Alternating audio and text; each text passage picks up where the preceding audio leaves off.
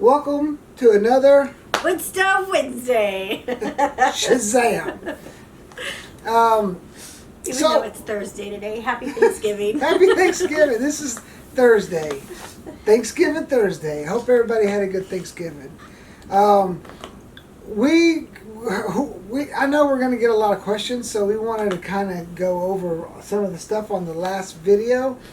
And the main question that I can already foresee happening is, why don't you go to town with me? Oh, well, that's easy. Ever since we got our chickens, I pretty much just have to stay on the island. You know, if you have chickens, you know that they need water every day. And when our temperatures drop, I have to be around to make sure that their water doesn't freeze. So one of us does. Exactly. Which usually I end up staying in. It's not like I like to go to town anyway. She doesn't like to go to town. And she Spit it out, babe. She doesn't really like. She doesn't like doing the boat by herself, and I don't mind doing the boat by myself. So that's why I don't like shopping. But the person who goes to town has to go shopping. That is true. So it's like a double-edged sword. I get to go to town, but I have to go shopping. So it just is what it is. So in the summertime, there's no problem with us going to town, going out of town, because for one, we can set the chickens up so they can be alone for a week, and somebody's typically always on the island in the summertime. So they can come collect eggs, come and check on the chickens. In the wintertime, right now it's just me and her here. And so if anything happens to the chickens, we won't know until we come back. Yeah, and I just don't want to. Yes, maybe it won't drop below 32. Where we try to plan it out, but there's been a time where it has happened, and if I wasn't here, well, then they would have been without water, and I'm not going to do that to the chickens, of course. So yeah. We don't want them to just die of dehydration. That'd be a horrible way to go. No, we love our chickens.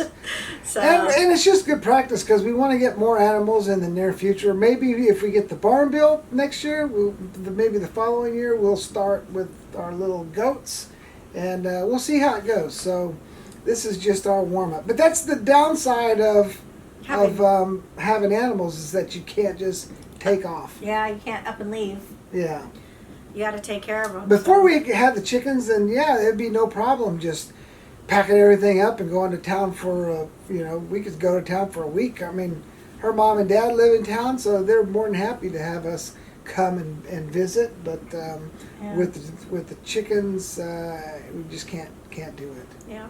So as far as traveling at night in the boat, so we have what they call deadheads and just logs in general. And basically, you've seen, if you've watched our videos, you've seen these huge logs that wash up on shore. Well, they not just magically appear on shore, they are out there floating in the ocean. And so that's why I really don't like going at night. I always tell them to watch out for logs and whales. Like, luckily right now, the whales are all gone. Well, we do have a lone humpback that's true. That's been hanging out, so we don't know if he's making his trip to Hawaii. And that's how it is in the winter, in the fall, all the whales, all the humpbacks go to Hawaii, and that's where they go to make babies. And then in the summertime, they all come up here, and they come up here to feed. So they don't really eat anything in Hawaii, and they eat everything to last them the whole winter up here in the summertime.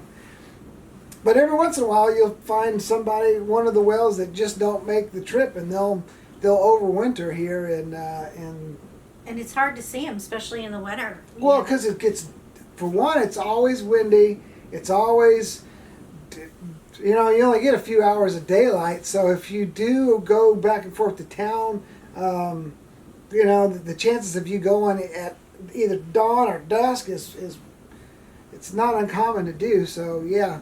Watch out for. And what was it? Last winter we went at dusk, and we were leaving last winter at dusk, and not one but two humpbacks. Just pop right up in front of the boat. And you can't see them. Normally you can see their spray. Like when they breathe out, you'll see a big puff of mist come out, like a 10-foot tall puff of mist. And you can see it. So you're like, oh, here comes a whale. And you can see which way he's traveling. But when it's dark, there's nothing to see. So And he literally popped up. We were so close, we just heard the exhale and saw two big humps come out of the water. And I was like, luckily with boats, you don't have to hit the brakes. You just pull back and you slow down pretty fast. Yeah, but it was close. That's for sure. It was close. We've had several. Close calls. Humpback Adventures has a sticker that says "I brake for whales," and literally we do brake for whales quite a bit because this area is a big feeding ground for humpbacks. Yeah, they just pop up out of nowhere. Yeah, they do. And so and then we'll also talk about the sea lions. That was really interesting to see. I haven't seen any orcas. We had one orca in the beginning of October that was all by himself.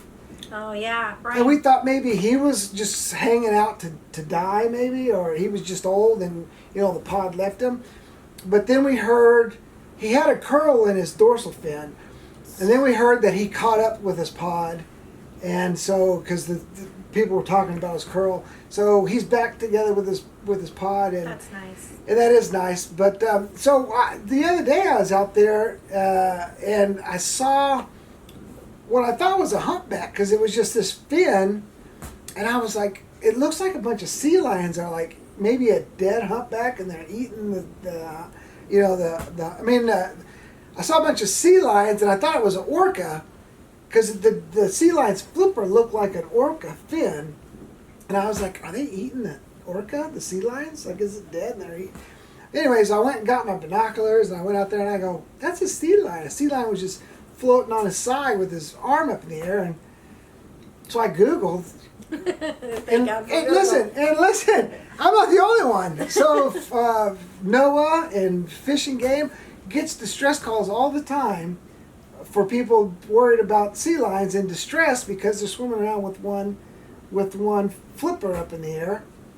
Turns out they use what they call thermal regulation. And it's just their way to either warm up or cool their body off by swimming on their sides and sticking either a flipper fin or their feet fin, or it's just it's just a way for them to cool off or heat up.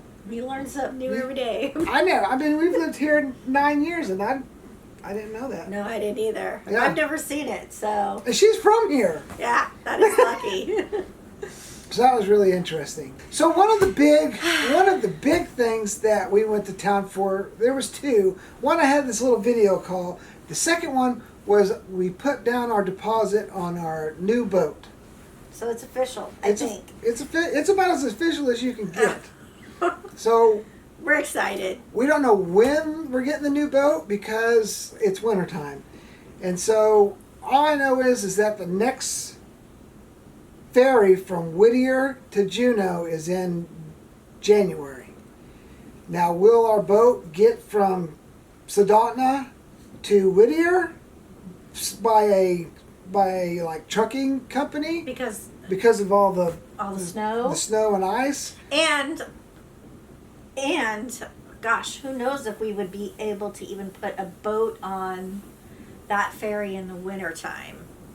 There's a lot of unanswered questions. Yeah. So even though we've put the deposit down and we're ready to accept the boat, we may not get the boat till springtime. Yeah, if we get it in January, that'd be super cool. But even if we get it in January, we still have to go to town. Man, we've got to go to town. Listen, going to town. This is the problem with this kind of life is you still have to go to town. And so with the big boat, that means we have to put an actual, like, not our out haul, but an actual mooring system in place.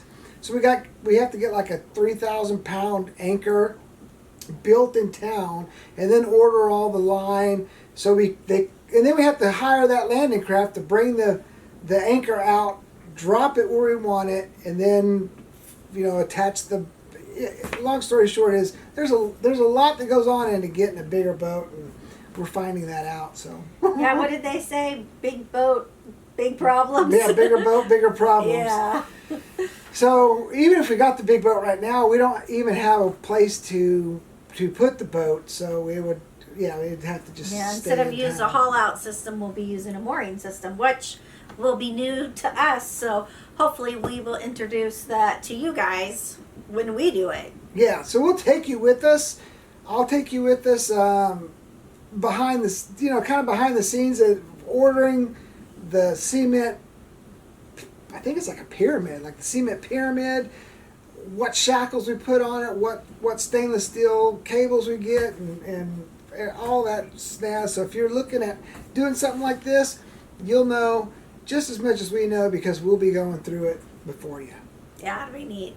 It'd be neat to do. And we're also really looking forward to getting the new boat. Oh man, I can't wait. I think we're gonna do a lot more fishing this summer. Man, I've been talking to my brother, my son, my dad, my mom. I'm like, everybody, listen, this is the year. I'm not building nothing. I'm fishing. As soon as I get that boat, I gotta break these motors in. I'm fishing. I'm breaking them in while I fish. We'll go visit places too. And we'll visit some places, Yeah, we're excited. It's gonna be fun. Yeah. Oh, so we also wanted to talk about, would we do this island life on our own? Like if we weren't married, we weren't together, would we go on this adventure on our own? For me, I think I would, but just not have. I would probably stay inland for sure. Yeah, I think, Just because, so much can happen with off grid and putting a boat and water into the mix. It would just be too much for me. I think being connected to a road makes life so much easier. I don't think people realize how hard not being connected to the road system can be. Yeah. I mean, we live on a beautiful island, but man, if you could buy beautiful beachfront property inland, that'd be pretty cool too. But then you'd have cars driving by your house, and that would not be cool. So yeah, it just puts a whole. I'd have to seriously. I mean, I know I could do it. I know you could do it by yourself, but I could too, but I'm probably not. yeah, I think just the hassle. It's just so easy for us to do things together. We've been doing it together. I mean, we've been out here full time for over 5 years now, so we've got systems in place and really have worked out all the little kinks. So, but to do it all on your own, man, I give Ron McGarvey, I give him bad props because just doing anything on your own like this can be difficult. So, kudos to you, Ron. Oh, so I wanted to kind of, I guess, apologize. Huh? What am I apologizing for? What'd you do? What did you do? This video that I just did was kind of crazy, just because it was stressful for everybody. I think because I thought about just leaving the boat in town and taking. Look, she doesn't like to be out here by herself because the last year when the tree hit the cabin. So I was like, I'll just take a chopper in, and then when the boat's fixed, I'll just take a chopper back. But that's $600, so I really didn't want to do that. So luckily, the boat got fixed fast enough before this big storm came. So anyways, I was really more focused on not making a video as I was trying to get back to the island and get back here. So because what they called for, which 40 knots, I'm okay with, but they were calling for 50, 60 knots, and that's when I start to get a little nervous. And but you know what? That actually never even came, and that's so crazy. They called for it, but it never came. it came after I got back. Yeah, but it did 40 knots. No, it was blown. Because remember, I went and took the video, and it was producing 500 watts of power because it was blowing 60 knot gust out there. Yeah. Okay, maybe you're right. Well. Yeah. So when I got back, that's when the big storm hit. Right in time I got here. Yeah. Anyways, if you guys have any other questions for us, feel free to ask. We enjoy answering questions. We're always out there trying to help others that are trying to do this lifestyle. So like I said, drop us a comment. Down below. Yeah, if you want to know. Leave a comment down below. All right, we'll see you next time. Thanks. Bye.